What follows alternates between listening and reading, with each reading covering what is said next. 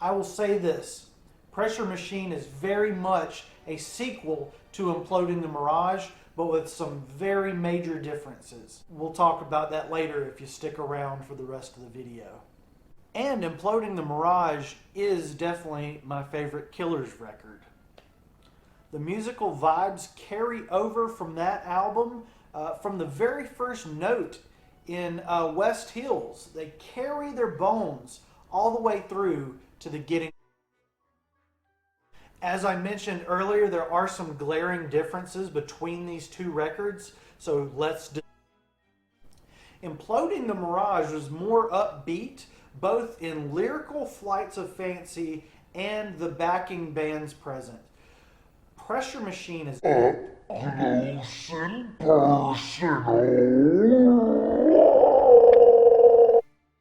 look at the good and bad of small town America, specifically Brandon Flowers' hometown of Nephi, Utah. Let's just say Nephi. So I can relate to this, and I feel like we can all relate to feeling like your own hometown is kind of a bummer sometimes, but this album takes that idea and really knocks you over the head with the melancholy, depression, poverty, and even the broken leg and death of a horse. This thing is so dark in places that I half expected Brandon Flowers to drop an F-bomb. The rhyme scheme was actually there in a song, and he didn't do it. He rhymed it with something else. And that's just one thing you will find to discover. You should listen to this album to find where that F-bomb should have been. You should listen to this if you liked Imploding the Mirage a whole lot, like I did. Like if you've been an old school Killers fan. Is this band old enough to have old school fans? Yeah, they are. If you like Imploding the Mirage, you'll like this one. I'll say that. I think I'm confident enough to say that.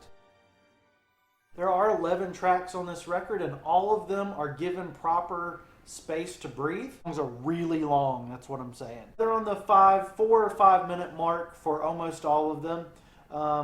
It's not a bad thing. I will tell you going into this record to have an open mind, especially if you aren't too keen on slow songs. There are no headbangers on this one. One of the highlights, which is called Cody, may be the wildest moment on this record, and it's kind of a middle-of-the-road country western track.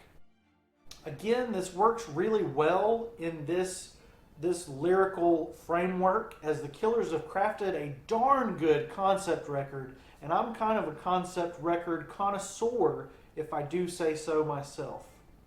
They just hit harder than regular albums, you know what I'm saying? Most of the tracks, nearly all of them, begin with the Nephi resident talking about the minute to the depressing facts of their existence in small town Utah. So don't skip because you think that you've landed on an interlude. It's not. It's just the song connecting with a supposed real story that inspired it from Brandon Flowers' hometown. The Killers did record this album as a 3-piece officially, but actually there was a 24-piece band, if you want to get technical, with many helping hands crafting this work of art. And I'd go as far as to call this album a work of art. It's not perfect. Like I said, if you're looking for a headbanging album, you will not find it here. And also, if you have hair to headbang with, you're a lucky if you're a lucky person with hair to headbang with. You can headbang without hair. I do it all the time. If you're looking for a hard rock record, this thing is not for you, okay? But how many metalheads are looking to get their rocks off on a Killers album in 2021 anyway? I mean, come on. You know what you're getting here.